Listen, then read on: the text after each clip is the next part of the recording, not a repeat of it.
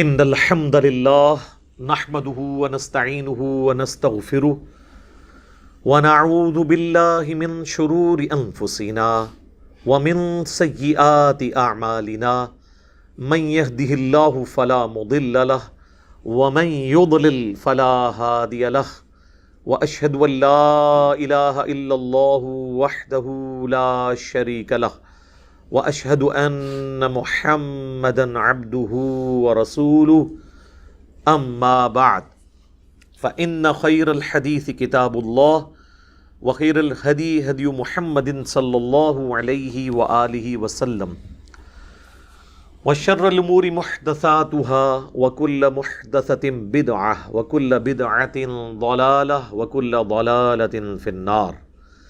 اعوذ باللہ السمیع العلیم من الشیطان الرجیم من ہمزہ ونفخہ ونفثہ بسم اللہ الرحمن الرحیم رب اشرح لی صدری ویسر لی امری واحلل عقدۃ من لسانی یفقہوا قولی بسم اللہ الرحمن الرحیم ان اللہ وملائکتہ یصلون علی النبی یا ایہا الذین آمنوا صلوا علیہ وسلموا تسلیما اللہم صلی علی محمد وعلی آل محمد کما صلیت علی ابراہیم وعلی آل ابراہیم انک حمید مجید اللہم بارک علی محمد وعلی آل محمد کما بارکت علی ابراہیم وعلی آل ابراہیم انک حمید مجید. اللہم ربنا آتنا فی الدنیا حسنة وفی الآخرة حسنة وقنا عذاب النار. ربنا آتنا من لدنک رحمة وہیئ لنا من امرنا رشدا. لا الہ الا انت سبحانک انی کنت من الظالمین. حسبنا اللہ ونعم الوکیل. یا حی یا قیوم برحمتک استغیث ولا حول ولا قوة الا باللہ العلی العظیم. آمین. اعوذ باللہ من الشیطان الرجیم بسم اللہ الرحمن الرحیم. وَإِذَا كُنْتَ فِيهِمْ، اور اے محبوب صلی اللہ علیہ وآلہ وسلم جب تم ان میں موجود ہو. یہ دیکھ لیں قید لگا دی ہے کہ چونکہ نبی علیہ السلام کی اقتداء میں نماز پڑھنا دنیا میں کوئی نماز اس کا مقابلہ نہیں کر سکتی، تو صحابہ کی یہ خواہش ہوتی تھی کہ بجائے صحابہ کی دو ٹولیاں بنیں، سارے اصحاب نبی علیہ السلام کے پیچھے ہی نماز پڑھیں. تو اس لیے اللہ نے قید لگا دی کہ جب تم ان میں موجود ہو اے نبی پھر یہ کر لیا کرو فَأَقَمْتَ لَهُمُ الصَّلَاةَ، اور تم ان کے لیے نماز قائم کرو. تو پھر یعنی آپ امام کی حیثیت سے ہوں. فَلْتَقُمْ طَائِفَةٌ مِّنْهُمْ مَعَكَ، تو چاہیے کہ ایک گروہ آپ کے ساتھ کھڑا ہو جائے جماعت میں. یعنی نبی علیہ السلام نماز کی نیت کریں اور فوج کے دو حصے ہو جائیں، ایک حصہ آپ علیہ السلام کے پیچھے نماز پڑھے، دوسرا دشمنوں کے اگینسٹ حفاظت کے لیے ہو، یا ایون اگر میدان جنگ نہیں بھی ہے تب بھی آپ سفر کر رہے ہیں، خطرہ ہے دشمن سے، تو دو حصے کر لیں. ایک حصہ نبی علیہ السلام کے پیچھے آ کے نماز میں کھڑا ہو. پھر کیا ہوگا؟ وَلْيَأْخُذُوا أَسْلِحَتَهُمْ، اور وہ اپنے ہتھیار بھی اپنے ساتھ رکھیں. یعنی ہتھیار اتارے نہ جائیں، کیونکہ اتار کے سائڈ پہ رکھیں گے، اگر یک لخت کسی نے حملہ کر دیا تو ایٹ دا اسپاٹ آپ کے لیے مشکل ہو جائے گا مینیج کرنا. تو اپنے اسلحہ جو تلوار وغیرہ لٹکائی ہوئی ہے، یا آج کے دور میں آپ کہہ لیں کوئی گن وغیرہ ہے، تو وہ اپنے پاس رکھیں. فَإِذَا سَجَدُوا، بس جب تم سجدہ کر چکو، فَلْيَكُونُوا مِنْ وَرَائِكُمْ، تو وہ ہو جائیں تمہارے پیچھے. یعنی جب ایک رکعت مکمل ہو جائے، سجدے سے مراد ایک پوری رکعت، یعنی سجدے چونکہ رکعت کا اینڈ ہوتا ہے نا، ایک رکعت کے دو سجدے ہو جائیں، اور دو سجدوں کے بعد آپ کو پتہ ہے بخاری مسلم میں ہے کہ بیٹھ کے اٹھنا ہوتا ہے. تو جب ایک رکعت مکمل ہو جائے تو نبی علیہ السلام پھر یہ کرتے تھے. اس کی پوری ڈیٹیلز بخاری اور مسلم میں، نماز خوف کی مشکات المصابیح کی پہلی جلد میں نماز خوف سے متعلق بخاری اور مسلم کی کئی احادیث ہیں جن میں ایک سے زیادہ طریقے آئے ہیں. بخاری مسلم میں یہ بھی طریقہ آیا کہ نبی علیہ السلام ایک رکعت پڑھنے کے بعد بیٹھ جاتے تھے جلسہ استراحت میں، اور پھر وہ جو آپ کے پیچھے نماز پڑھ رہے ہوتے تھے نا، جنہوں نے ایک رکعت آپ کے ساتھ پڑھ لی ہے، وہ پھر چلے جاتے تھے میدان جنگ میں لڑنے کے لیے. یہ اس صورت میں ہے جب آپ نے ایک رکعت خوف کی حالت میں پڑھنی ہے، کیونکہ صحیح مسلم میں حدیث ہے، ابن عباس کہتے ہیں کہ حضر میں یعنی حالت قیام میں اللہ تعالیٰ نے 4 رکعتیں رکھی ہیں، ظہر کی، عصر کی، عشاء کی، اور حالت سفر میں ساری 2 کر دی سوائے مغرب کے، اور حالت خوف میں 1 کر دی. صرف 1 رکعت بھی پڑھ لینا کافی ہے. البتہ 2 تو اگر کوئی پڑھنا چاہتا ہے مسافر تو وہ پڑھ سکتا ہے. تو پھر نبی علیہ السلام جب ان میں موجود ہیں تو نبی علیہ السلام 1 رکعت پڑھ کے بیٹھ جائیں گے، اور آپ کے پیچھے جو 1 رکعت پڑھ چکے نا وہ اپنی دوسری رکعت خود مکمل کریں گے، حضور کی اقتداء میں نہیں کریں گے. 1 رکعت آپ کی اقتداء میں پڑھ لی، دوسری بخاری مسلم میں آتا ہے وہ پھر اپنی دوسری رکعت پوری کرتے تھے، سلام پھیر دیتے تھے، 2 رکعتیں پڑھ کے پھر وہ پیچھے چلے جاتے تھے حفاظت پہ. پھر جو دوسرا گروپ ہے وہ جب صفیں سیدھی کر لیتا تھا نا تو حضور علیہ السلام پھر جلسہ استراحت سے اٹھ کے دوسری رکعت شروع کرتے تھے. نبی علیہ السلام کی وہ دوسری ہوتی تھی، اور جو نیا گروپ آ کے شامل ہوا ہے اس کی وہ پہلی ہوتی تھی. پھر آپ علیہ السلام نماز پڑھ کے سلام پھیر دیتے تھے. جب حضور سلام پھیرتے تھے تو وہ جو دوسرا گروپ شامل ہوا ہے اس کی تو ابھی 1 رکعت ہوئی تھی، تو وہ کھڑے ہو کے 1 رکعت اپنی مکمل کر لیتا تھا. یہ اس کیس میں جب آپ صلی اللہ علیہ وآلہ وسلم کی اقتداء میں 2 رکعتیں پڑھنی ہو. البتہ کوئی 1 بھی پڑھ لے قرآن سے تو یہی مل رہا ہے کہ 1 رکعت بھی کافی ہے، قرآن میں دوسری رکعت کا ذکر نہیں ہے.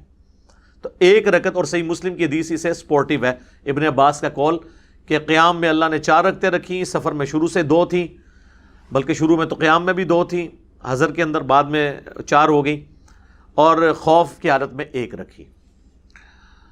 تو یہ دونوں طرح کے اقوال درست ہیں، یعنی 2 رکعتیں بھی اور 1 رکعت بھی. ایک اور حدیث ہے بخاری مسلم میں، اس میں یہ آتا ہے کہ نبی علیہ السلام 2 رکعت پڑھنے کے بعد آپ علیہ السلام بیٹھ جاتے تھے، اور وہ دوسری رکعت میں تشہد پڑھنے کے بعد سلام پھیر دیتے تھے صحابہ.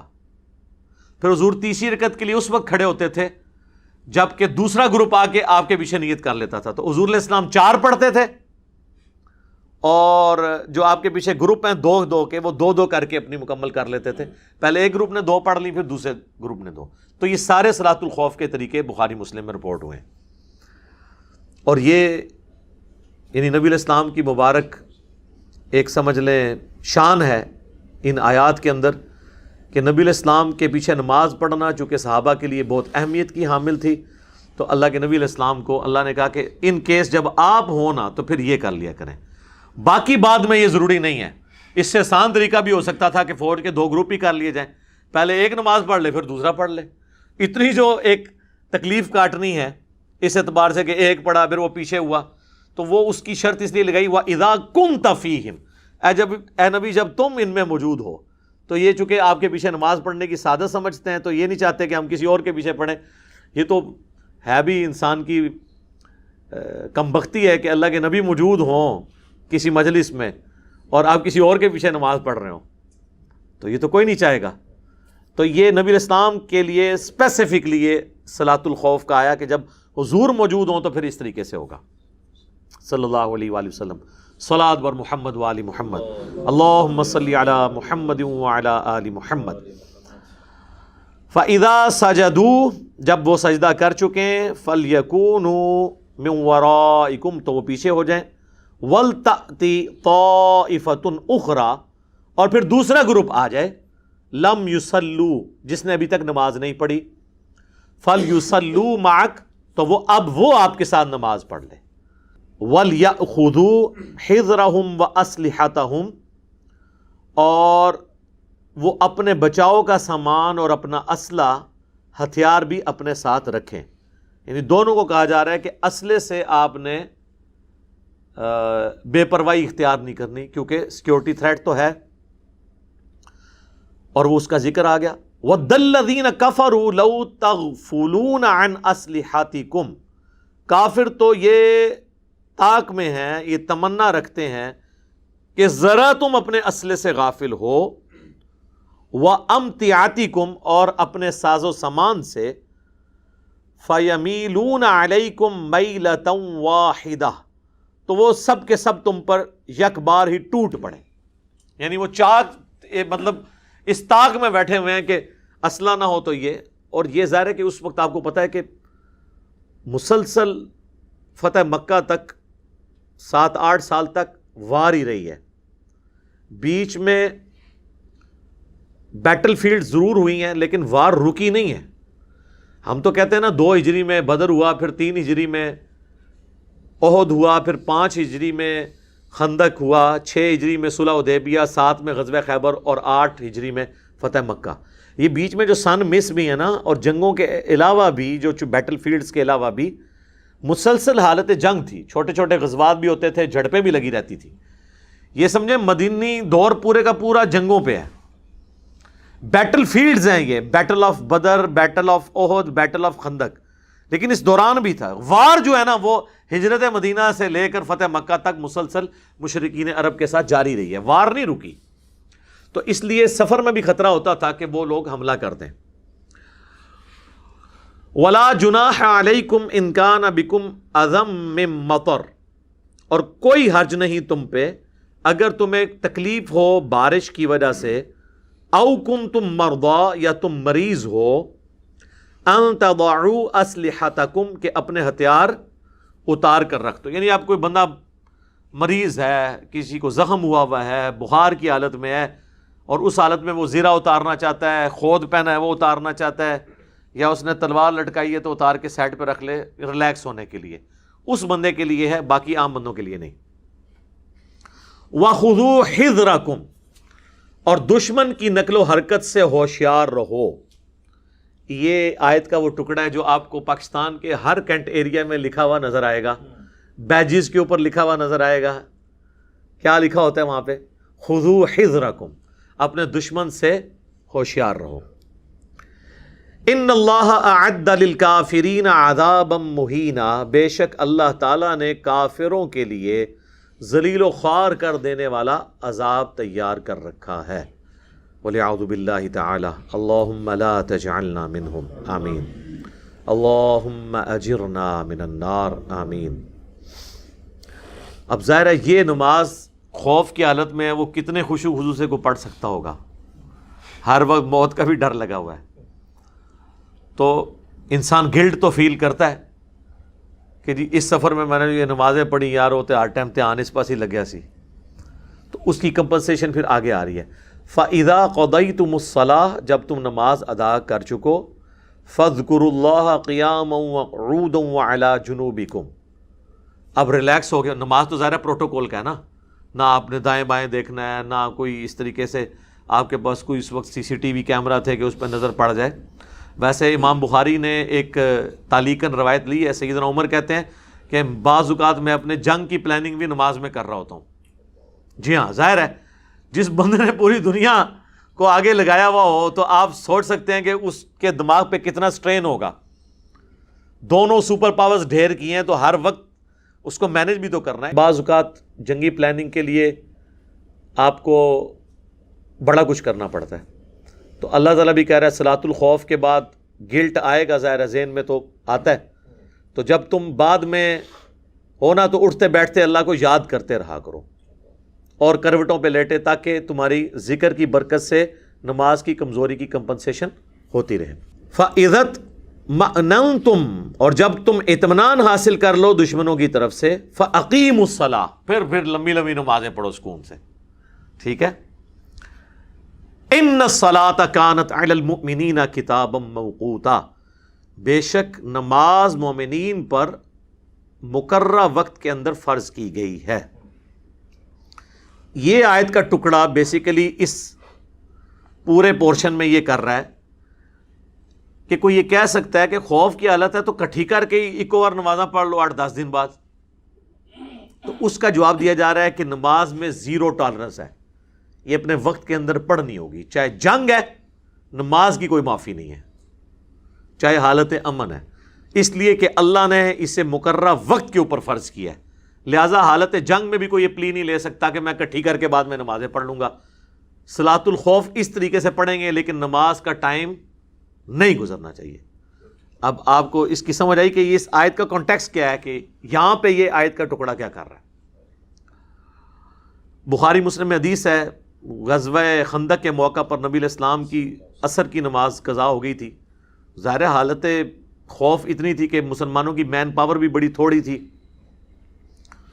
اور اتنے قبائل آ کے مدینے کے باؤنڈری پہ کھڑے ہو گئے، وہ خندق کھودی، اور اس میں ذرا سے غافل ہوتے، نماز پڑھنا شروع کرتے تو وہ تیر چلا دیتے، تو نبی علیہ السلام کی عصر کی نماز رہ گئی، اور پھر آپ نے بعد میں رات کے وقت میں پڑھی، اور آپ نے فرمایا اللہ تعالیٰ ان مشرکین کے گھروں کو آگ سے بھر دے کہ جنہوں نے ہماری صلاۃ الوسطیٰ عصر کی نماز قضا کروا دی، یعنی اس کا وقت گزر گیا غروب آفتاب کے بعد، پھر جب پڑھنی پڑی عشاء کے وقت، تو پھر آپ نے وہ اکٹھی وہ نمازیں پڑھیں، ظہر عصر مغرب عشاء چاروں اکٹھی پڑھیں خوف کی حالت کی وجہ سے۔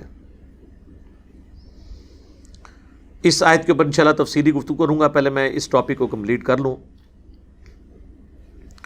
وَلَا تَهِنُوا فِي ابْتِغَاءِ الْقَوْمِ، اور دیکھنا کمزوری نہ دکھانا دشمن قوم کے مقابلے پر، ان کے تعاقب میں۔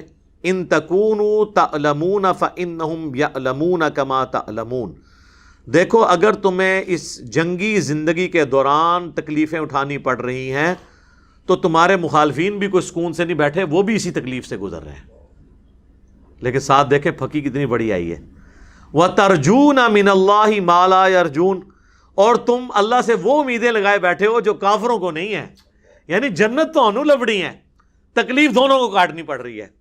اینڈ رزلٹ یہ ہے کہ انہوں نے جانا ہے تکلیف کاٹ کے جہنم میں، اور تم نے تکلیف کاٹ کے کہاں جانا ہے؟ جنت میں۔ تو دیکھو اس تصور کو جب دیکھو تو پھر تمہاری تکلیف چھوٹی ہے کافروں کے مقابلے پہ، کیونکہ کافروں نے تکلیف کاٹ کے بھی جہنم میں جانا ہے، تم تو اللہ سے اتنی امیدیں لگائے ہوئے ہو، تو یعنی اس کا مطلب دوسرے معنوں میں یہ ہے کہ دودھ پینے والے مجنوں نہ بنو، تکلیفیں تو اٹھانی پڑیں گی اگر جنت تک پہنچنا ہے، جنت مفت نہیں ملنی، وہ تو تکلیف اٹھا کر جہنم کما رہے ہیں، تو تم جنت مفتے میں کما لو گے، یہ کہہ کے کہ جو بھی ہیں تیرے محبوب کی امت سے ہیں۔ ایڈا جملہ ایڈا بول دے نا، یہ جملہ ہمارے دماغ سے نکل نہیں سکتا۔ بچپن سے ہمارے ائمہ حضرات نے ہر نماز کے بعد دعا جو کروائی ہے نا، اس کا اینڈ اسی پہ کروایا ہے، جو کچھ بھی ہیں تیرے محبوب کی امت سے، یعنی مراد یہ کہ ہم نے تو اپنے آپ کو ٹھیک نہیں کرنا، ہمیں اسی حالت میں اللہ قبول کر لے۔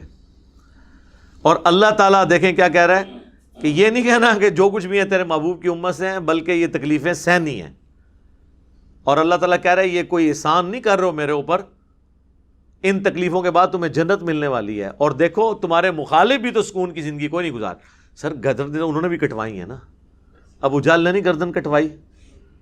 بدر میں 70 کے قریب سردار قتل نہیں ہوئے مشرکین عرب کے؟ تو اللہ نے فرمایا کہ دیکھو اگر تم سکون میں نہیں ہو تو تمہارے مخالف بھی تو ہر ٹائم ٹینشن میں ہیں۔ وَتَرْجُونَ مِنَ اللَّهِ مَا لَا يَرْجُونَ، جبکہ تم اللہ سے وہ امیدیں لگائے بیٹھے ہوئے ہو جو کافروں کو نہیں ہیں۔ وَكَانَ اللَّهُ عَلِيمًا حَكِيمًا، اور اللہ تعالیٰ سب کچھ جاننے والا اور حکمت والا ہے، یعنی یہ اس کی حکمت کا تقاضا ہے کہ آپ کو ان تکلیفوں سے تو گزرنا پڑے گا، اس کے بغیر آپ کا چارہ ہونا کوئی نہیں ہے، سیدھی سی بات ہے۔ دودھ پینے والے مجنون نہیں اللہ کو چاہیے، بلکہ جو قربانیاں دیں نا وہ لوگ چاہیے، اہل ایمان۔ اور یہ آپ دیکھ لیں، یہ خطاب ہو رہا ہے صحابہ اکرام کو، جنہوں نے کوئی کسر نہیں اٹھا رکھی تھی قربانیاں دینے کی، اس کے باوجود چونکہ کتابوں کا خدا تو اور ہے، کتابوں کا خدا تو بالکل اسٹریٹ فارورڈ ہے اپنے معاملات میں، اس نے تو جو ڈیوٹی اسائن کی ہے اس میں کوئی بھی ٹالرنس کرنے کے لیے تیار نہیں ہے۔ تو یہ آپ دیکھ لیں کس طریقے سے تنبیہ کی جا رہی ہے کہ کس طریقے سے تم نے یہ زندگی گزارنی ہے۔ اب ہم ذرا اس آیت کی طرف آ جائیں، سورۃ النساء کی آیت نمبر 103 کا وہ آخری پورشن، ان الصلاۃ کانت علی المؤمنین کتابا موقوتا، بے شک نماز مسلمانوں پر ایک وقت باندھا ہوا فرض ہے، مقررہ وقت کے اندر فرض کی گئی ہے، اس کے اندر کوئی ٹالرنس نہیں ہے۔ اور یہ آیت صلاۃ الخوف کے کانٹیکسٹ میں نازل ہوئی، سورۃ النساء کی آیت نمبر 102 اور 103 کہ صلاۃ الخوف، جنگ کی حالت میں بھی نماز تمہیں معاف نہیں ہے، اس لیے کہ اللہ تعالیٰ نے اس کو مقررہ وقت کے اندر فرض کیا۔ یہ نہیں ہو سکتا کہ بعد میں اکٹھی کر کے ساری پڑھ لو، یہ اس حد تک مقررہ وقت ہے کہ اس کو آپ نے حالت جنگ میں بھی صلاۃ الخوف پڑھنی ہے. ان الصلاۃ کانت علی المؤمنین کتابا موقوتا. اب آ جائیں کہ یہ جو کہا گیا مقررہ وقت، تو مقررہ وقت قرآن و سنت میں نمازوں کے کیا آئے ہیں؟ سب سے پہلے ہم قرآن کی طرف رجوع لاتے ہیں کہ قرآن میں نماز کی ٹائمنگز کیا آئی ہیں. اس کانٹیکسٹ میں سورہ بنی اسرائیل کی آیت نمبر 78 ہے. اقیم الصلاۃ لدلوک الشمس، نماز کو قائم رکھو سورج ڈھلنے سے لے کر الی غسق اللیل، رات ہونے تک، وقرآن الفجر، اور قرآن پڑھو فجر کی نماز میں. ان قرآن الفجر کان مشہودا، بے شک فجر کے وقت جو قرآن پڑھا جاتا ہے اس وقت فرشتوں کی حاضری کا وقت ہے. اس کانٹیکسٹ میں وہ حدیث ہے بخاری اور مسلم میں کہ نبی صلی اللہ علیہ وآلہ وسلم نے فرمایا کہ فرشتوں کی ٹائمنگ جو ہے نا فجر اور عصر کے وقت تبدیل ہوتی ہے. جو فرشتے اللہ کی طرف سے فجر کے وقت آئے ہوتے ہیں نا ان کی ڈیوٹی عصر تک ہے. عصر کے وقت وہ واپس چلے جاتے ہیں، پھر نئے فرشتے آ جاتے ہیں اور وہ پھر فجر تک ڈیوٹی کرتے ہیں، اور پھر فجر کے وقت وہ واپس چلے جاتے ہیں، پھر نئے فرشتے آ جاتے ہیں. اور پھر اللہ تعالیٰ ان سے پوچھتا ہے، نبی علیہ السلام نے ساتھ فرمایا حالانکہ اللہ خوب جانتا ہے پھر بھی پوچھتا ہے کہ میرے بندوں کو کس حال میں پایا. تو پہلا گروپ فرشتوں کو کہتا ہے کہ یا اللہ جب ہم گئے تو وہ عصر پڑھ رہے تھے، جب آئے تو وہ فجر پڑھ رہے تھے. دوسرا گروپ کہتا ہے یا اللہ جب ہم گئے تو فجر پڑھ رہے تھے اور جب آئے تو عصر پڑھ رہے تھے. یہ فجر اور عصر یہ بڑی امپورٹنٹ نمازیں ہیں، اور آپ کو پتہ ہے صحابہ میں اختلاف ہے اس معاملے میں، اور دونوں طرف احادیث ہیں کہ جو سورۃ البقرہ میں آیا نا کہ نماز کی حفاظت کرو خصوصاً صلاۃ الوسطیٰ کی، صحابہ کا ایک گروہ صلاۃ الوسطیٰ کہتا ہے نماز فجر کو، اور دوسرا گروہ کہتا ہے نماز عصر کو. لیکن ڈومیننٹ جو احادیث جو بخاری مسلم کی ہیں ان میں صلاۃ الوسطیٰ صلاۃ العصر کو کہا گیا. اور وہ حدیث جو بخاری مسلم دونوں میں ہے کہ اللہ تعالیٰ مشرکین کے گھروں کو آگ سے بھر دے جنہوں نے ہماری صلاۃ الوسطیٰ نماز قضا کروا دی عصر کی نماز. غزوہ خندق کے موقع پر کیٹاسٹرافک کنڈیشن تھی، تو وہاں سے واضح پتہ چلتا ہے. بہرحال یہ دونوں اپنی جگہ اہمیت کی حامل ہیں نمازیں. تو اب یہ جو آیت ہے سورہ بنی اسرائیل کی آیت نمبر 78، اس میں اللہ تعالیٰ فرما رہا ہے نماز کو قائم رکھنا ہے سورج ڈھلنے سے لے کر رات ہونے تک، یعنی یہ سارا جنرل نماز کا ٹائم ہے. سورج ڈھلنے سے رات ہونے تک، سورج ڈھلنے سے ہی زور کا وقت شروع ہو جاتا ہے جسے ہم زوال آفتاب بھی کہتے ہیں. سورج جب طلوع ہوتا ہے اس وقت سے لے کر جب سورج غروب ہوتا ہے، اس پورے ٹائم کو کیلکولیٹ کریں تو جو سینٹر میں وقت بنتا ہے نا، جب ایگزیکٹ سورج سینٹر میں آتا ہے، سینٹر کا مطلب نہیں کہ سر کے اوپر ہوگا، وہ تو صرف ایکویٹر پہ ہوگا، یا گرمیوں میں ہمارے علاقے میں آلموسٹ اوپر، ادروائز سردیوں میں تو یوں سورج جاتا ہے نا، تو وہ اپنے ٹریک میں جو درمیان میں پہنچتا ہے، وہ درمیان کو جیسے ہی کراس کرتا ہے اس کو ہم کہتے ہیں زوال آفتاب، یعنی سورج گر پڑا ہے مغرب کی جانب ود رسپیکٹ ٹو زمین. ویسے تو زمین سورج کے گرد گھوم رہی ہے، ایک میں ود رسپیکٹ ٹو زمین بات کر رہا ہوں. تو وہ جیسے ہی سینٹر کو کراس کرتا ہے تو زوال آفتاب ہوتا ہے. ویسے پبلک میں مشہور ہے کہ رات کو 12 بجے زوال ہوتا ہے، راتی تو سورج ہوتا ہی نہیں سرکار، یہ زوال آفتاب ہے. اور زوال کہتے ہیں نہیں مکروہ وقت کو، زوال ہوتا ہے ابتدائے ظہر، زوال سے پہلے مکروہ وقت ہوتا ہے، اسے کہتے ہیں دحوائے کبرا.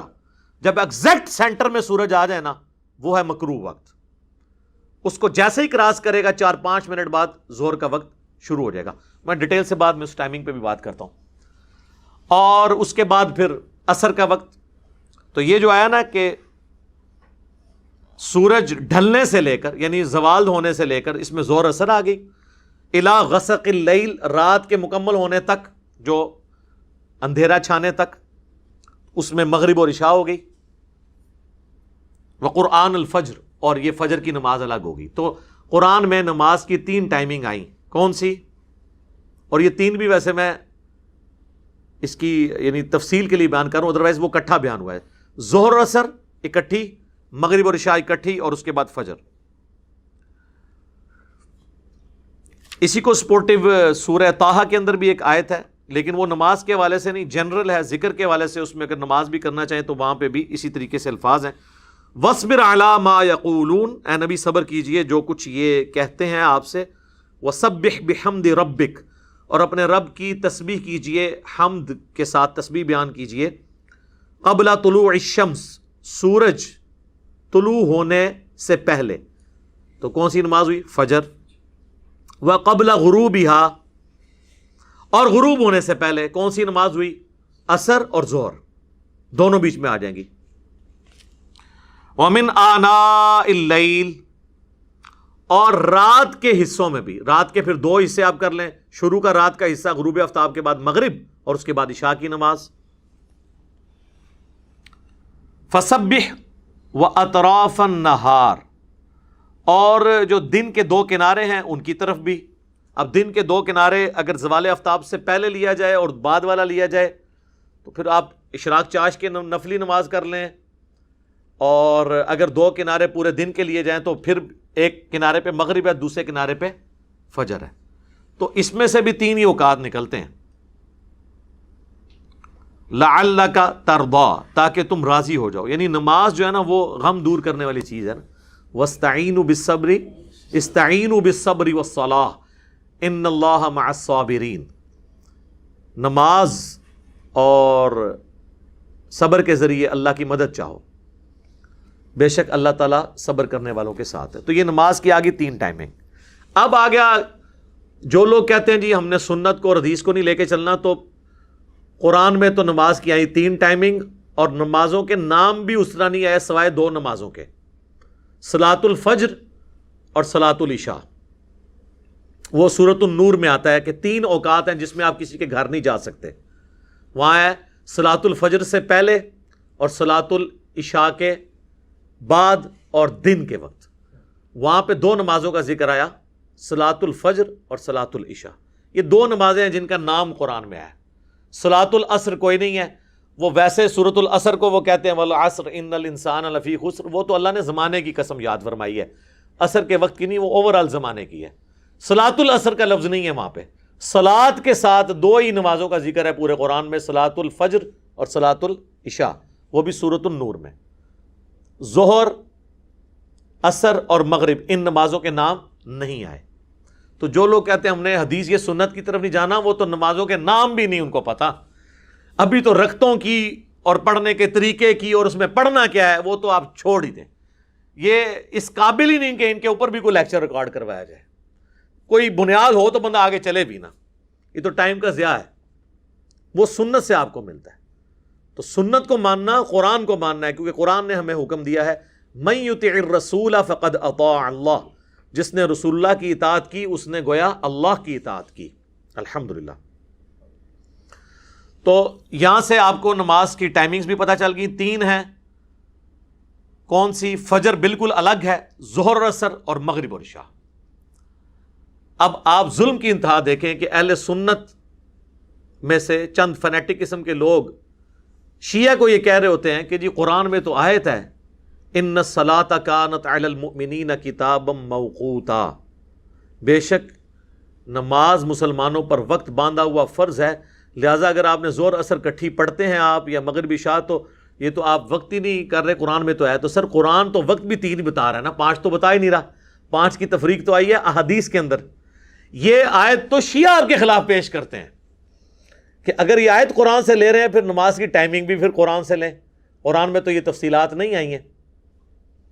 تو اس حوالے سے میں نے اس معاملے کو بھی کلیئر کر دیا۔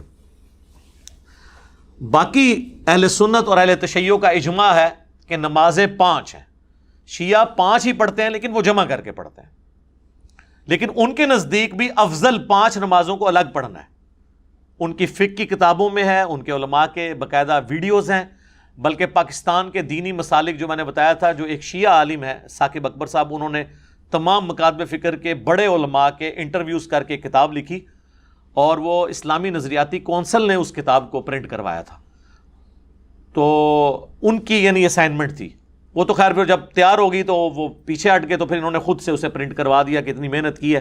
اس میں بھی شیعہ علماء کے جو انٹرویو، انہوں نے کہا جی افضل یہی ہے کہ پانچ نمازیں الگ وقت میں پڑھیں، یہ جواز کی حد تک ہے۔ اب آ جائیں اہل سنت کی طرف، تو اہل سنت میں بھی جواز ہے نمازیں جمع کرنے کا۔ صحیح مسلم میں اوپر تلے 10 احادیث ہیں 1628 سے لے کر 1637 تک کہ نبی علیہ السلام نے بغیر خوف کے، بغیر بارش کے، مدینہ شریف میں یعنی بغیر سفر کے ظہر اور عصر کی نماز اکٹھی پڑھی، اور اس کے بعد مغرب اور عشاء کی نماز اکٹھی پڑھی۔ تو پوچھا تابعین نے ابن عباس سے کہ اللہ کے محبوب علیہ السلام نے یہ عمل کیوں کیا تھا؟ تو انہوں نے کہا تاکہ اس معاملے میں امت کے لیے آسانی ہو جائے اور کوئی حرج یعنی تنگی باقی نہ رہے۔ باقی اس میں کئی ایک تفصیلات ہیں جو 20-25 منٹ اور لگ جائیں گے، آپ میرا کلپ دیکھ لیں۔ نمازوں کو جمع کرنا حرام، سوالیہ نشان اس میں نے بتایا، اور اس میں جو بڑے بڑے ائمہ کے اقوال اور جو اس میں چند ایک لوگوں نے بیچ میں پخے چھوڑی ہیں، میں نے ایک ایک وسوسے کو اس کلپ کے اندر سیٹل کیا، آج میں اسے سکپ کرتا ہوں۔ اب اہل سنت کی ضد ہے کہ وہ ہمیشہ 5 الگ وقت میں پڑھتے ہیں، اور شیعہ کی ضد بنائی ہوئی ہے کہ وہ ہمیشہ 3 اوقات میں 5 نمازیں پڑھتے ہیں، فجر کو الگ، ظہر اثر اکٹھی، اور مغرب اور عشاء اکٹھی۔ تو دونوں کو ضد چھوڑ کر وقتاً فوقتاً دونوں طریقوں پہ عمل کرنا چاہیے۔ الحمدللہ ہم تو دونوں طریقوں سے کرتے ہیں، اور نمازیں جو جمع آپ کریں گے تو وہ پھر اس میں آپ کے پاس ٹالرنس ہے۔ ظہر کا وقت داخل ہونے سے لے کر عصر کا وقت ختم ہونے تک کسی بھی وقت آپ نمازوں کو جمع کر سکتے ہیں۔ جمع تقدیم بھی درست ہے ظہر کے ساتھ عصر، جمع تاخیر بھی درست ہے، عصر کے وقت میں جا کے پہلے ظہر اور پھر عصر، اور جمع سوری درمیان میں، ظہر آخری وقت میں اور عصر پہلے وقت میں، یہ بھی طریقہ درست ہے۔ اور یہی کچھ مغرب اور عشاء کے ساتھ، جمع تقدیم، جمع تاخیر اور جمع سوری، اس میں پوری ڈیٹیل احادیث جامعہ ترمذی میں اور سنن ابی داؤد میں موجود ہیں، اور مشکات کے اندر بھی موجود ہیں۔ اس کلپ میں دیکھ لیں، میں نے تفصیل سے بیان کیا ہے۔ اچھا، اس میں ایک بات اور عرض کر دوں کہ جس طرح نمازوں کی تعداد کے اوپر اجماع امت ہے نا اہل سنت اہل تشیع کا، نماز کی رکعتوں پہ بھی اجماع ہے۔ فجر کے 2 فرض، ظہر کے 4، عصر کے 4، مغرب کے 3 اور عشاء کے 4، اس پہ پوری دنیا کے مسلمانوں کے تمام مکاتب فکر کا اجماع ہے، لہٰذا اس میں کوئی اختلاف ہی نہیں، تو آگے دلائل کی طرف جانے کی ضرورت نہیں ہے۔ البتہ بخاری مسلم میں درجنوں احادیث ہیں جن میں رکعتوں کے حوالے سے موجود ہے۔ پچھلے دنوں ابھی میری ایک ویڈیو اس حوالے سے اپلوڈ ہوئی تھی نماز قصر کے حوالے سے، اس میں نے تفصیل کے ساتھ سارا رکعتوں کا بھی ذکر کیا تھا۔ اب آ جائیں دھوپ گھڑی کی طرف۔ اگلے زمانوں میں دھوپ گھڑی بنائی جاتی تھی سورج کے اعتبار سے، چونکہ ہماری نماز کی ٹائمنگ ہے تو سورج کے اعتبار سے کوئی اختلاف آتا نہیں ہے۔ چاند میں تو آپ پتہ ہے 29-30 کا چکر رہتا ہے، اسی لیے آپ دیکھیں جو نماز کی ٹائمنگ کے اوقات لگے ہوتے ہیں، نقشہ اوقات، اس پہ لکھا ہوتا ہے دائمی نقشہ اوقات، اور بعض لوگوں نے لکھا ہوتا ہے 100 سال کے لیے۔ سر وہ 100 سال کے لیے نہیں ہے، وہ 1000 سال کے لیے بھی کفایت کریں گے، 10,000 سال کے لیے بھی، کیونکہ وہ سورج سے ریلیٹڈ ہے۔ 100 سال لکھ کے ہم رو پا رہے ہونے۔ اچھا، تو دھوپ گھڑی بنائی جاتی تھی۔ دھوپ گھڑی یہ ہوتی تھی کہ چھت کے اوپر وہ ایک ورٹیکل چیز زمین میں گاڑ لیتے تھے، بالکل سیدھی 90 کے اینگل کے اوپر، اور اس کے سائے کے اعتبار سے انہوں نے اپنی چھت پہ نشان لگائے ہوتے تھے۔ جب سایہ یہاں پہنچ گیا تو یہ نماز ہوگی، پھر یہ ہوگی، پھر یہ ہوگی۔ آج کل تو دھوپ گھڑی کی ضرورت ہی نہیں ہے آپ کو، آپ کے ہاتھ میں گھڑیاں ہیں، اور ڈیجیٹل آپ کے پاس کلاکس مسجد میں لگی ہوئی ہیں جو آپ سیکنڈز تک آپ کو ایکوریسی کے ساتھ نماز کی ٹائمنگ بتاتی ہیں۔ پھر سافٹ ویئرز ہیں، ایپس ہیں، مسلم پرو، اسلام 360، صلاۃ ٹائم، اور کئی ہیں، ملینز آف سٹیز کہ اس میں پورے نقشے دیے ہیں۔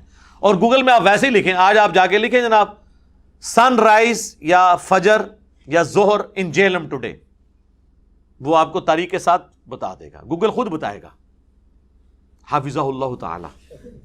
سر کتنی آسانی کر دی ہے۔ پرانے لوگ تو اندازے بیچارے لگاتے رہتے تھے۔ پرانے زمانے میں تو جناب اگر مغرب سے 1 گھنٹہ یا آدھا گھنٹہ پہلے گھپ اندھیرا چھا جائے تو لوگ روزہ بھی کھول لیتے تھے، کیونکہ یہ تو نہیں پتا، علم غیب تو اس زمانے میں نہیں ہوتا تھا نا۔ اور تو اور چھوڑ دیں، صحیح بخاری میں آتا ہے نبی علیہ السلام کے زمانے میں صحابہ کہتے ہیں ایک دفعہ اتنے بادل چھائے کہ ہم لوگوں نے روزہ افطار کر لیا اور بعد میں سورج نکل آیا۔ تو پوچھا پھر کیا کیا؟ ان کا روزے کی قضا کے سوا اور کیا چاہ رہا تھا؟ اس زمانے کے علم غیب کوئی نہیں سی، صحابہ کا روزہ خراب ہو گیا، لیکن جان کی ایمان پاؤں اور گستاخی کے فتوے میں نہ آؤں، کیا آج ہمارا بچہ یہ کرے گا کہ سورج کے آگے بادل آ جائیں اور وہ روزہ کھول لے؟ کہے گا سر ابھی تو ٹائم نہیں شروع ہوا، چھوڑ دیں تو ستارے بھی نظر آ جائیں، جب تک گھڑی نہ بتائے کہ غروب آفتاب ہوا ہے کہ نہیں۔ تو سر پھر یہ کتنا مبارک دور ہے، ایرر کے چانسز ہی ختم ہو گئے، دیکھیں نا، اب تو کوئی غلطی نہیں کھاتا، ہمیں تسلی ہوتی ہے کہ جناب جو مرضی ہو جائے، بے شک سورج کو گرہن لگ جائے اور زمین پہ بالکل اندھیرا ہو جائے، تب بھی کسی نے روزہ نہیں کھولنا، وہ روزہ اپنے ٹائم پہ، جی آج غروب آفتاب یہ ہے، وہ کیلکولیشن ہوئی ہے میرے بھائی۔ یہ ہے اس ماڈرن دور کی برکات، تو یہ اللہ نے ہمارے لیے آسانیاں کر دی ہیں الحمدللہ۔ اب آ جائیں نمازوں کے اوقات کی طرف، تو پوری ڈیٹیلڈ حدیث صحیح مسلم میں ہے اور مشکات میں موجود ہے۔ مشکات کی پہلی جلد میں آپ کو نمازوں کے اوقات والا چیپٹر بھی مل جائے گا کہ نبی علیہ السلام نے فرمایا کہ ظہر کا وقت شروع ہوتا ہے جب سورج زوال پذیر ہو، یعنی وہ اپنے ٹریک میں سینٹر سے تھوڑا سا آگے چلا جائے۔ سورج صبح طلوع ہوتا ہے اور غروب آفتاب کے وقت وہ غروب ہوتا ہے۔ یہ پورا ٹریک جو ہے نا جتنا بنتا ہے نا، 10 گھنٹے 12 گھنٹے 8 گھنٹے، اس کا ایگزیکٹ سینٹر کریں نا، ان میں ضروری نہیں کہ سورج سینٹر میں ہمارے سر کے اوپر ہوگا، سردیوں میں یوں سورج جاتا ہے اور گرمیوں میں بالکل ایسے اوپر سے جاتا ہے، اور وہ بھی یہ ہم جو اکویٹر خط استوا کے قریب ہیں، نارتھ پول پہ اور ساؤتھ پول پہ چلے جائیں، وہاں تو 6 مہینے کا دن اور 6 مہینے کی رات ہے، ادھر پھر آپ کو گھڑیوں پہ ہی چلنا پڑے گا، دن کے وقت بھی آپ عشاء کی نماز پڑھ رہے ہوں گے۔ اور نبی علیہ السلام کی حدیث بھی ہے اس کو سپورٹو صحیح مسلم میں کہ نبی علیہ السلام فرمایا جب دجال آئے گا تو پہلا دن 1 سال کا ہوگا، دوسرا 1 مہینے کا ہوگا، تیسرا 1 ہفتے کا، اور پھر نارمل ہوں گے۔ تو صحابہ نے کہا کہ پھر ہم لوگ نماز کا کیا کریں گے جب 1 سال کا ہوگا؟ صحابہ نے نماز ہی فکر پی گئی، تو انو یہ فکر پینے سی کہ سر کیڑی طریق دجال آئے گا، میں ایک ویڈیو کلپ یوٹیوب تے چڑھانا ہے، یہی کر رہے ہیں مولوی، آئے دہاڑے دجال کڈی پھر دینے۔ صحابہ نے نہیں کہا ہونا کیا آئے گا دیکھی جائے گی، دسو حضور نماز دا کی کریں گے؟ تو آپ نے فرمانا تم اندازہ مقرر کر لینا۔ اس زمانے میں تو وہ اندازہ مقرر بھی نہیں کر سکتے تھے، لیکن آج اس کلاک کی مدد سے آپ دیکھیں لوگ آباد ہیں ان جگہوں پہ جہاں پہ 6 مہینے کا دن 6 مہینے کی رات، کیونکہ وہاں سورج افق کے ساتھ چلتا ہے، یعنی سورج یہاں سے طلوع ہوتا ہے نا تو وہ یوں بس یوں ہی رہتا ہے 6 مہینے تک، پھر 6 مہینے بعد وہ اتنا اینگل ہوتا ہے کہ واپس وہ غروب ہوتا ہے، پھر وہ 6 مہینے تک غائب رہتا ہے، پھر 6 مہینے بعد نکلتا ہے۔ ہمارا تو یوں جا کے سورج آتا ہے نا، وہ افق کے ساتھ چلتا ہے، اس میں تو وہ والا صاحب بھی نہیں ہوتا کہ وہ اوپر تک بھی آئے سورج، وہ یوں ساتھ چلتا ہے۔ وہ آپ یوٹیوب حافظہ اللہ کے اوپر ویڈیوز دیکھ لیں کس طریقے سے وہاں پہ بھی لوگ آباد ہیں، اور نماز کی ٹائمنگ آپ کر سکتے ہیں اندازہ مقرر کر کے۔ اس کے لیے آپ کو امام حنیفہ کو کوئی فون کال یا واٹس ایپ میسج کرنے کی ضرورت نہیں ہے، صحیح مسلم میں حدیث ہے کہ اندازہ مقرر کر لینا۔ یہ تو امام حنیفہ سے بھی سوال پوچھتے ہیں، تو اس زمانے میں تو گھڑیاں نہیں تھی، وہ کیا بتاتے کہ 6 مہینے کی کیسے کلاک ہو، لیکن آج ہم بتاتے ہیں۔ لیکن آپ نے ہماری تقلید نہیں کرنی، کیونکہ تقلید کی ضرورت نہیں ہے، اجتہاد کا دروازہ قیامت تک کے لیے کھلا ہوا ہے، اجتہاد اسلام کی خوبصورتی ہے الحمدللہ۔ تو وہ مسلم شریف کی حدیث ہے کہ جب سورج زوال پذیر ہو تو ظہر کا وقت سٹارٹ ہو جاتا ہے، اور اس کا وقت 1 مثل سائے تک رہتا ہے، اور 1 مثل سایہ یہ ہوتا ہے کہ جو ورٹیکل چیز جو دھوپ گھڑی کے لیے آپ نے چیز گاڑی ہوئی ہے، اس کا سایہ اپنے سائے کے برابر پلس سایہ اصلی ہو۔ وہ سنن نسائی میں ایک روایت اس کو سپورٹو موجود ہے، اجماع امت ہے کہ سایہ اصلی کو بیچ میں نکالنا ہے، ادروائز تو وہ 1 کے برابر سایہ تو وہ زور کے وقت ہی ہو جاتا ہے، تو آپ اثر کس ٹائم پڑھیں گے؟ آپ زور کی نماز اہل حدیث سب سے پہلے پڑھتے ہیں، تو آپ اس وقت بھی انہوں نے سترہ بھی جو دھوپ میں رکھا ہوتا ہے نا سردیوں میں، اس کا سایہ 1 مثل سے زیادہ بنا ہوتا ہے، اور وہ زور پڑھ رہے ہوتے ہیں، تو لوگ وہ سمجھتے ہیں اثر کا وقت داخل ہوگا سایہ اصلی پلس 1 مثل۔ اور سایہ اصلی یہ ہوتا ہے کہ سورج اپنے ٹریک کے دوران جب ایک ورٹیکل چیز کا سب سے کم سایہ جب بنتا ہے نا، اس کو کہتے ہیں سایہ اصلی۔ وہ عموماً جو چیز کھڑی ہوتی ہے اس کے بعض اوقات آدھ کے برابر ہوتا ہے، بعض اوقات پونے کے برابر، بعض اوقات بالکل 0 بھی ہو جاتا ہے گرمیوں میں، لیکن سردیوں میں وہ بڑا ہوتا ہے، کیونکہ سردیوں میں سورج یوں جاتا ہے، گرمیوں میں چونکہ یوں جاتا ہے اس لیے وہ سایہ چھوٹے سے چھوٹا ہوتا ہے۔ آپ سردیوں میں کبھی عصر کی نماز زور کی نماز پڑھ رہے ہو نا، اور آپ ورٹیکل چیز زور کے وقت کھڑی کریں نا، تو آپ دیکھیں گے اس کا سایہ تو ایک اس کے اپنے سایہ سے بڑا ہوا ہوگا، تو اس حساب سے تو عصر کا وقت شروع ہو جاتا ہے، نہیں، پلس سایہ اصلی کریں تو وہ بھی بڑا نہیں ہوتا۔ تو سب سے کم سایہ اصلی، پلس وہ چیز خود جتنی لمبی ہے اس کو جمع کریں، یعنی عموماً 1.25 گنا یا 1.5 گنا جب سایہ ہوتا ہے نا تو وہ اصل میں 1 مثل سایہ ہے،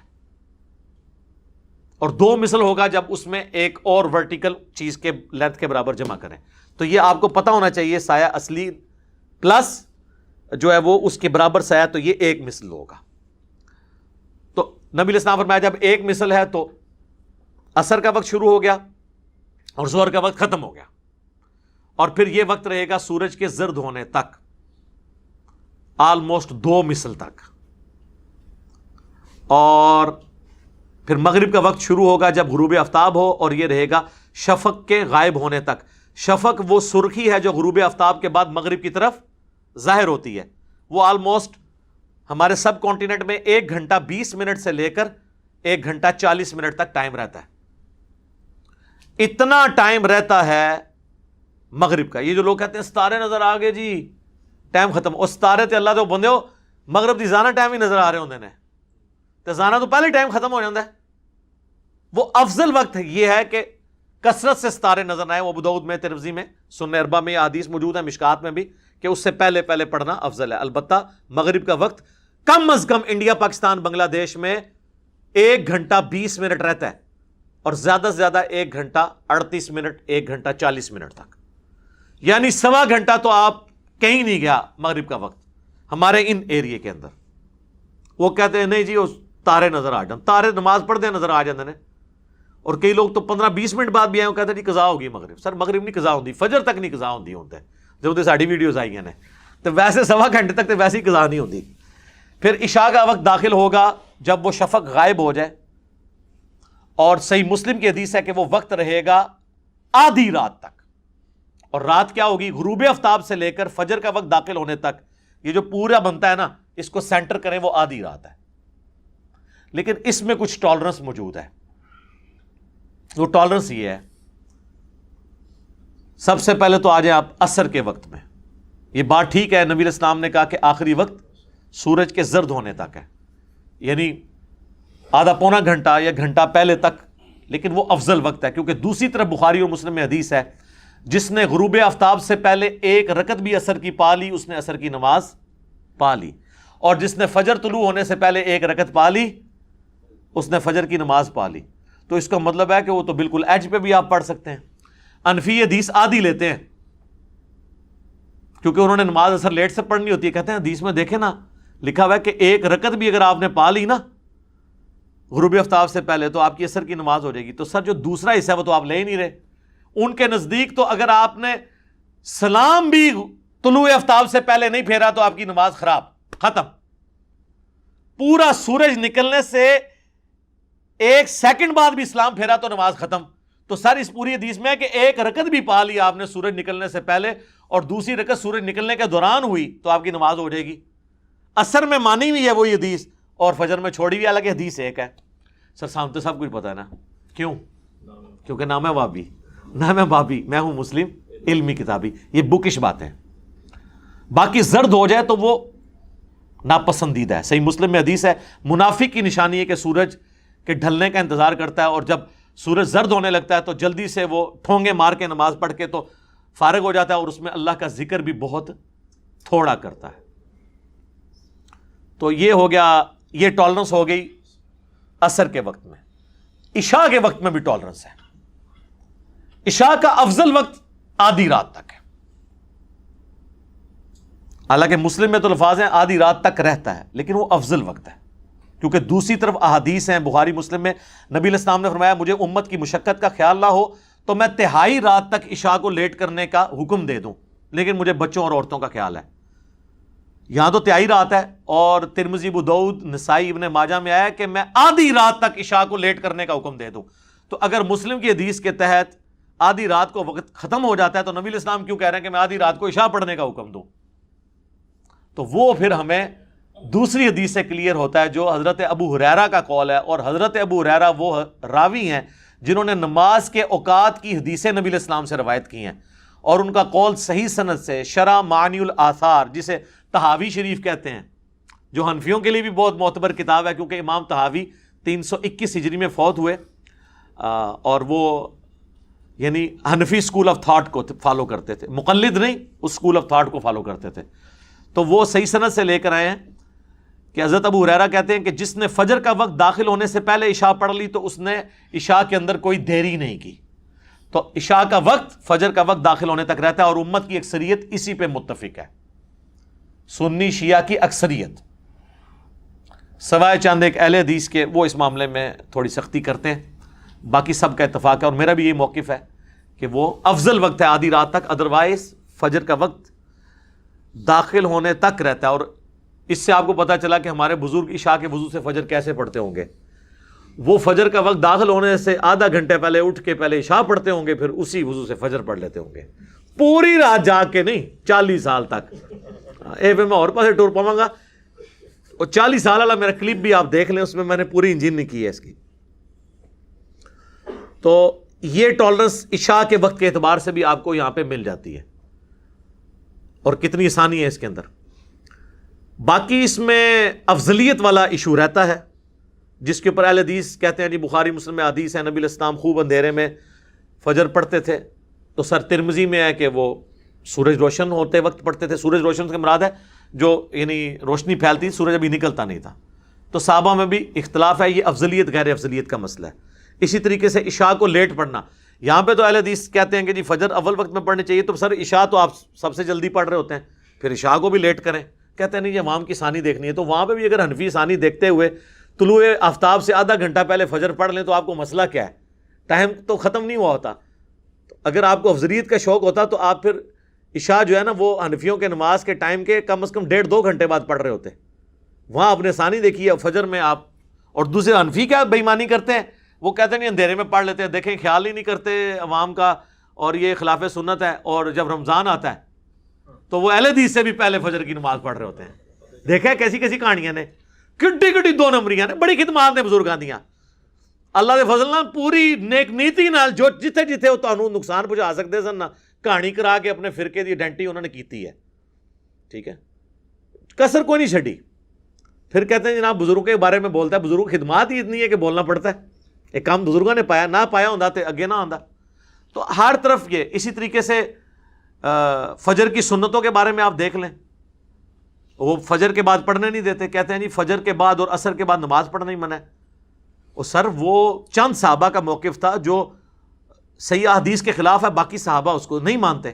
بخاری مسلم دونوں میں حدیث ہے، نبی علیہ السلام نے عصر کے بعد 2 رکعتیں پڑھی. پوچھا کیوں پڑھی ہیں آپ کی زوجہ محترمہ نے؟ تو آپ فرمایا میری ظہر کے بعد والی 2 رہ گئی تھی تو میں نے یہ وہ پڑھی ہیں. اور وہ ام سلمہ کہتی ہیں پھر حضور پوری زندگی عصر کے بعد 2 رکعتیں پڑھا کرتے تھے، کیونکہ آپ کی مبارک عادت تھی جب آپ کوئی عمل شروع کر لیں اس کو چھوڑتے نہیں تھے. کیونکہ بخاری مسلم میں حدیث ہے اللہ کو سب سے پسندیدہ عمل وہ ہے جو ہمیشہ کیا جائے اگرچہ مختصر ہو. تو بخاری مسلم دونوں میں کہ حضور پوری زندگی عصر کے بعد 2 رکعتیں پڑھتے تھے. یہ کہتے ہیں عصر کے بعد نفل ہی نہیں ہوتے. وہ حدیثیں ہیں الگ سے، لیکن وہ حدیثیں منسوخ تصور کی جائیں گی اس کی بنیاد کے اوپر. دوسری طرف فجر کے لیے بھی دیکھ لیں تو جامعہ ترمذی میں حدیث ہے، المستدرک للحاکم میں ہے، صحیح ابن خزیمہ میں اور کئی کتابوں میں کہ نبی علیہ السلام فجر کی نماز پڑھ کے نکلے تو آپ نے دیکھا کہ ایک صحابی نماز پڑھ رہے تھے، آپ اس کے پاس کھڑے ہو گئے. جب اس نے سلام پھیرا آپ نے فرمایا یہ کیا پڑھا تم نے؟ انہوں نے کہا یا رسول اللہ میری فجر کی پہلے والی 2 سنتیں 2 رکعتیں جسے نفلی نماز سنت تو ہم کہتے ہیں 2 رکعتیں رہ گئی تھی میں نے وہ پڑھی ہیں. تو آپ نے خاموشی اختیار کر لی. اسے کہتے ہیں حدیث تقریری، یعنی آپ نے اس کو منع نہیں فرمایا، یہ سنت ہو گیا. لہٰذا فجر کے بعد بھی آپ 2 سنتیں پڑھ سکتے ہیں اگر آپ کی پہلے رہ گئی ہیں. ضروری نہیں کہ آپ نے اشراق کا انتظار کرنا اور دیر مسجد میں بیٹھے رہنا ہے، باہر نہیں نکلنا خام خواہ. اس لیے تو پھر لوگ کہتے ہیں یار یہ تو نماز کو انہوں نے اتنا بڑا ہمارے لیے آزمائش والا کام بنا دیا.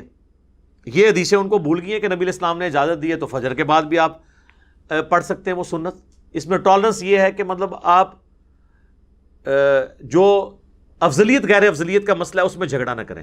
دوسری طرف صحیح بخاری مسلم میں آتا ہے کہ نبی علیہ السلام گرمیوں میں ظہر کی نماز کو ٹھنڈا کر کے پڑھتے تھے، لیکن آپ اہل حدیث کو دیکھ لیں گرمی سردی ان کی ایک ہی روٹین ہے. اب یہاں ان کو کہتے ہیں جی اول وقت میں پڑھنا افضل ہے. تو سر اول وقت میں پڑھنا اگر افضل ہے تو حضور یہاں کیوں فرما رہے ہیں کہ گرمیوں میں آپ لیٹ کریں؟ تو لیٹ پڑھنا افضل ہے، لیکن ٹھیک ہے آپ بھی پڑھ لیں، آپ بھی پڑھیں اور حنفیوں کو بھی تنگ نہ کریں.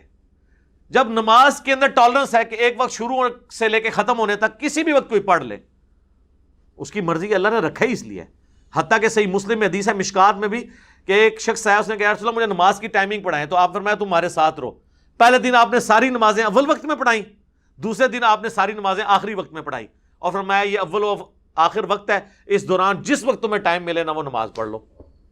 دیکھیں پہلے دن آپ نے زور پڑھائی زوال آفتاب کے وقت، دوسرے دن پڑھائی مثل اول کے اوپر، پہلے دن مثل اول کے اوپر اثر پڑھائی، دوسرے دن مثل ثانی کے اوپر جا کے اثر پڑھائی۔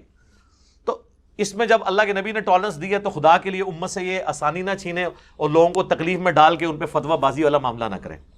اچھا یہ ڈیجیٹل واٹس جو اویلیبل ہے نا، ان میں آپ کو نماز کی ٹائمنگ میں ملے گا حنفی شافی یعنی خام خواہ نمازوں کو انہوں نے بنا دیا ہے۔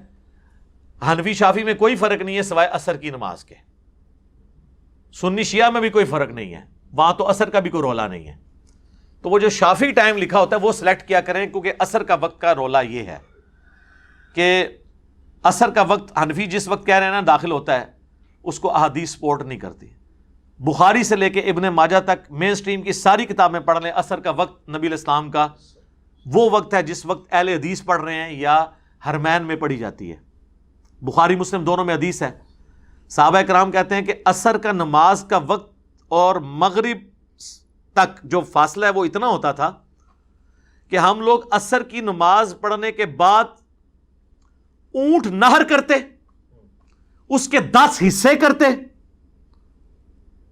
سر کھال بھی اتارنی حصے بھی کرنے ہیں اونٹ کے، بلی کے نہیں، اونٹ 10 حصے کرتے، پھر ان کو پکاتے، پھر کھا بھی لیتے، تو ابھی بھی سورج بلند ہوتا۔ تو یہ 2.5 سے 3 گھنٹے بنتے ہیں عصر سے لے کر مغرب تک۔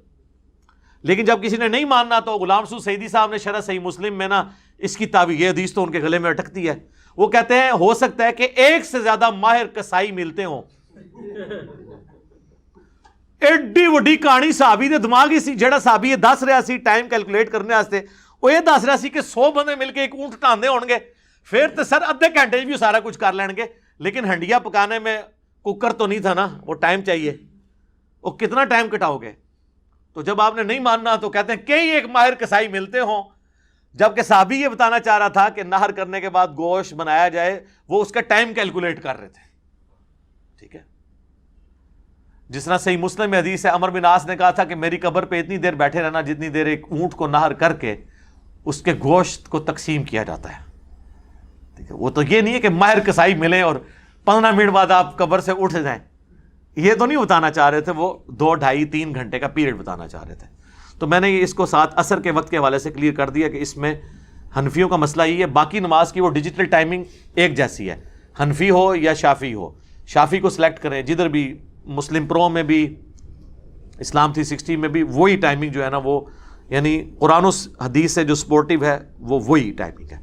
باقی مکروہ اوقات 3 ہیں، بخاری مسلم دونوں میں حدیث ہے، جب سورج نکل رہا ہو اس وقت نماز پڑھنا مکروہ ہے، جب سورج بالکل سینٹر میں پہنچے اس وقت مکروہ ہے، ہلکا سا آگے جائے گا اسے دہوہ کبریٰ کہتے ہیں، ہلکا سا آگے جائے گا زوال آفتاب، زوال مکروہ وقت کو نہیں کہتے بلکہ ڈھلنے کو، جو ظہر کا وقت ہے اس وقت شروع ہو جاتا ہے۔ سینٹر میں بالکل پڑھنا اور غروب آفتاب کے وقت پڑھنا منع ہے، اور آپ نے فرمایا یہ کفار اس وقت بتوں کی عبادت کرتے تھے یا سورج کو سجدہ کرتے تھے، ہمیں اس کی مخالفت کا کہا گیا۔ اور یہ 5-5 7-7 منٹ ہوتے ہیں، یہ 20-20 منٹ تو انہوں نے خود ہی کیلکولیٹ کیے ہوئے ہیں، کیونکہ جب تک وہ سورج نکلتے ہوئے یعنی ٹرانزیشن پیریڈ، جب سورج کی وہ ٹکیا گول یعنی وہ جو زرد کلر کا سرکل ہے وہ جب نکل رہا ہو نا، ہلکا سا وہ سینگ باہر نکالے اور پھر پوری ٹکیا باہر آ جائے نا، بس وہ جو درمیان کے جو 4-5 منٹ ہیں وہ مکروہ ہیں، جیسے ہی پورا باہر آ جائے مکروہ وقت ختم۔ البتہ افضل وقت ہے کہ اوپر آئے تو وہ آپ اشراق چاش پڑھیں، خوب روشن ہو جائے، وہ علیحدہ سے ہے، صحیح مسلم میں حدیث ہے افضل وقت دوحہ کا وہی ہے جب اونٹنی کے بچے کے پاؤں جلنے لگے سورج کی گرمائش سے، وہ ایک الگ بات ہے، لیکن ٹکیا اوپر آ گئی اور یہاں پہ ٹکیا جب غروب ہو رہی ہو اس وقت۔ لیکن ان دونوں ٹکیوں کے دوران بھی اگر کوئی اس وقت کی فجر یا عصر پڑھ لے تو وہ اس کی نماز درست ہو جائے گی۔ اگر ایک رکعت اس نے فجر کا وقت ختم ہونے سے پہلے پڑھ لی تو اس کی نماز بالکل درست ہو جائے گی، اور غروب کا 1 رکعت لیکن وہ پہلے پڑھنی ضروری ہے، بشرطے کہ آپ کی ٹائم گھڑی بھی جو ہے وہ اسٹینڈرڈ ٹائم کے مطابق ہو، ادروائز پھر آپ کے لیے پرابلم ہو جائے گی۔ ظاہر ہے پھر تو آپ اپنی مرضی سے ہی معاملات کو لے کے چلیں گے نا۔ اچھا، ایک اور حدیث جو اسی کانٹیکس میں نے بتایا فجر کے بعد یہ روکتے ہیں سنتے پڑھنے سے، تو یہ بخاری مسلم کی وہ حدیث بھول جاتے ہیں کہ نبی علیہ السلام نے فرمایا کہ جب فرض کے لیے اقامت ہو جائے تو کوئی دوسری نماز جائز نہیں ہے. اور یہ جو مصنف ابن ابی شیبہ یا باقی حدیث کی کتابوں سے صحابہ کا عمل لے کے آتے ہیں نا کہ وہ جلدی جلدی 2 رکعتیں پڑھ لیتے تھے، تو وہ ہے کہ وہ سائیڈ میں پڑھ لیتے تھے جہاں تک امام کی قرات نہ آئے. یہ نہیں تم نے تو 5 بندوں کے لیے اسپیکر لگا کے محلے کو سنا رہے ہوتے ہو، قرآن سننا ضروری ہے، وہ نہیں سنتے ہوتی. ہاں اگر کوئی ایک کمرے میں بڑی مسجد حسین میں کوئی سائیڈ میں پڑھتا ہے اور پھر صحابہ والی نماز ہو جس میں رکعت بھی کم از کم 15-20 منٹ کی ہو تو وہ 2 سنتے پڑھ کے شامل ہو سکتا ہے. حنفیوں کی نماز کے لیے یہ نہیں کہ وہ سنتے پیچھے پڑھے، وہ تو ہوتا ہی ہے کہ وہ امام تشہد میں بیٹھا ہوتا ہے پھر بھی وہ پہلے 2 سنتے پڑھ رہے ہوتے ہیں، امام سلام پھیر دیتا ہے، وہ سنتا فرضاں تو بتا دیندے نے. حالانکہ ان کو یہ ترمذی کی اور حاکم کی صحیح ابن خزیمہ کی روایت پتہ ہوتی کہ نبی علیہ السلام نے خاموشی اختیار کر لی تھی 2 رکعت جو فجر کے بعد پڑھ رہا تھا. ان کے لیے پھر یہ مسئلہ نہ ہوتا، یہ مسئلہ جو انہوں نے گھڑا ہے تو یہ پھر نہ گھڑتے، تو یہ بھی اس میں مسئلہ ضروری تھا. اب آخر میں آپ کو نقشہ اوقات جو ڈیجیٹل یا آپ کے پاس یہ پرنٹ ہوئے ہمارے پاس بھی پڑے ہوئے ہیں، میں آپ کو اب یہ چونکہ 6 جون کی اسٹوڈیو ریکارڈنگ ہو رہی ہے 2021 کی، لیکن 2021 سے اس کا تعلق نہیں، یہ 3021 ہو 4021 ہو یا آج سے 2000 سال پہلے چلے جائیں، سورج کی ٹائمنگ نہیں بدلتی ہے، اس لیے اسے دائمی اوقات کا نقشہ کہا جاتا ہے. تو یہ اسلام آباد کا نقشہ اس وقت میرے پاس ہے. 6 جون کو فجر کا وقت داخل ہو رہا ہے 3:16، اور اسی وقت میں آپ نے ختم سحری بھی کر دینی ہے اس سے پہلے. پھر طلوع آفتاب ہے 4:57 4:57، تو 3:16 سے 4:57 تک آپ فجر کی نماز کسی بھی وقت پڑھ سکتے ہیں. 4:57 کے اوپر فجر کا وقت ختم ہوا اور سورج کی ٹکیاں نکل رہی ہوگی، 4-5 منٹ کے بعد آپ اشراق پڑھ لیں، 12 منٹ کے بعد پڑھ لیں، 17 منٹ کے بعد، 20 منٹ کے بعد، آپ کی مرضی ہے، لیکن وہ 5 منٹ ہی ہوتے ہیں وہ ٹکیا کے نکلنے کے. پھر زور لکھا ہوا ہے 12:07، تو 12:07 کا مطلب ہے کہ 12:02 سے لے کے 12:07 وہ 5 منٹ وہ ایگزیکٹ سینٹر میں تھا، وہ مکروہ وقت ہے. 12:07 پہ زور کا وقت داخل ہوا، آپ زور پڑھ سکتے ہیں. اور 3:51 کے اوپر عصر کا وقت داخل ہو رہا ہے، تو زور آپ 3:51 تک پڑھ. ہر نماز کا ٹائم دوسری نماز کے ٹائم میں داخل ہو رہا ہے سوائے فجر کے. زور کا وقت ختم ہوتا ہے تو عصر شروع ہوتی ہے، اور عصر کا وقت ختم ہوتا ہے تو مغرب لکھی ہوئی ہے 7:16، لیکن اس میں بھی آپ نے آخری اوقات میں نہیں پڑھنی کیونکہ وہ منافق کی نماز سے ہی مسلم میں آیا، میں نے بیان کیا. اور عشاء کا وقت ہے 8:58، تو آپ یہ دیکھ لیں 7:16 میں آپ کتنے جمع کریں تو 8:58 آتا ہے، آلموسٹ 1.5 گھنٹے کے برابر بنتا ہے مغرب کا وقت. 8:58 پہ عشاء شروع ہو رہی ہے، اور عشاء کا وقت کب ختم ہوگا؟ وہ 7 جون کو 3:15 تک رہے گا، اس سے پہلے فجر کا وقت داخل ہونے سے پہلے. اس کو سپورٹی میں نے احادیث بتا دی. تو یہ آپ نقشہ اوقات، اب جیلم کا ہمارا 3 منٹ مائنس کریں، اسلام آباد کا یہ دارالسلام والوں نے اس کو پرنٹ کیا ہوا ہے. ویسے آپ کو آپ کی وہ ٹائمنگ جو کیلکولیشن ہے وہ بھی بالکل اس کے مطابق آپ دیکھیں گے تو صحیح نکلے گی. تو پرانے زمانے میں جو 55 ماڈل آپ کے نقشے بنے ہوئے ہیں نا اندازوں سے، ان کو آپ فالو نہ کریں، وہ 5-6 منٹ کا فرق ہے. ہمارے جیل میں تو یہ 5-6 منٹ پہلے ہی روزہ کھلوا دیتے ہیں جی، افطار میں جلدی کرنی ہے. افطار میں جلدی کرنی ہے تو عصر کے ساتھ ہی پھر کھڑا کرتے ہیں ہم، پہلے افطار ہو تو لینے دیں، ٹھیک ہے، تو پھر آپ فالو کریں. تو ان کے اپنے اہل حدیثوں کے نقشے اس کے خلاف ہیں. جو لیٹسٹ 2021 ماڈل اہل حدیث ہیں ان کے نقشے درست ہیں کیونکہ وہ الیکٹرانک ہیں، اور پرانے جو ہیں وہ اسی طریقے سے ہاتھ کی کیلکولیشن ہے. اس وقت نہ لیٹر لانگ کا اتنا حساب و کتاب تھا، نہ باقی معاملات تھے. بل میں نے ایک بلو پرنٹ آپ کے سامنے نقشہ اوقات کے حوالے سے بھی رکھ دیا، نمازوں کی ٹائمنگ کے حوالے سے بھی، تاکہ آپ کو معاملات کلیئر ہو جائیں. یہ 5 نمازوں کی ٹائمنگز یہ اکثر لوگ پوچھتے ہیں. مکروہ اوقات بھی میں نے اس میں کور کر دیے. انشاءاللہ جب یہ ویڈیو اپلوڈ ہو گیا ہم اس میں ریفرنسز بھی امید ہے لگا دیں گے انشاءاللہ. یہ تو لگ پتہ جائے گا جب ہم اس کے ریفرنس لگائیں گے. ہم تو کہہ کے سائڈ پہ ہو جاتے ہیں، اس کے بعد آپ کو پتہ نہیں کتنی محنت ہوتی ہے. اللہ تعالیٰ سے دعا ہے جو حق بات میں نے کہی اللہ تعالیٰ ہمارے دلوں میں راسخ فرمائے. اگر جذبات میں میرے منہ سے کوئی غلط بات نکل گئی اللہ تعالیٰ اسے ہمارے دلوں سے ہی دھو ڈالے اور ہمیں معاف بھی کر دے. ہمیں کتاب و سنت کی تعلیمات پر عمل کر کے دوسرے بھائیوں تک پہنچانے کی توفیق عطا فرمائے. سبحانک اللہم و بحمدک اشہد ان لا الہ الا انت استغفرک و اتوب الیک وما علینا الا البلاغ المبین. جزاکم اللہ خیرا.